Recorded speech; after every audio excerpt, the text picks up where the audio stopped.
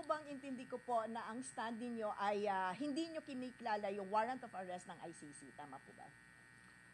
Insofar as Kinikilala namin that it exists. it exists. Okay? Kinikilala namin dahil sa mata nila yon ay valid yon.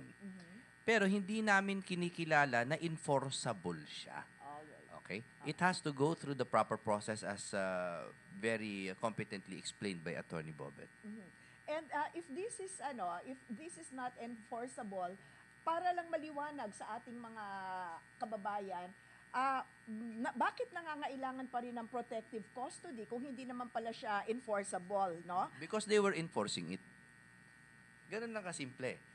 Hindi siya And enforceable. what would happen kapag na-enforce nga yun na hindi naman pala siya enforceable? Maduduterte siya. Hindi po ba ganun kasimple yun? Hindi ko alam kung ba't pinahahaba natin ang usapan. Sabi nila, bakit naman namin gagawin yun? Ginawa nyo na eh. Di ba? So, pag he will languish in a foreign cell beyond the reach of our laws, and should the Supreme Court decide in our favor, we will still have no legal recourse to bring him back. So, ano po ba yung komplikado sa sinasabi namin? Ayaw lang po namin maulit yung ginawa kay Duterte kasi hindi pa nga settled yung issue ng kay Pangulong Duterte. Pinababalik pa nga natin siya. Dadalawahin pa ba natin?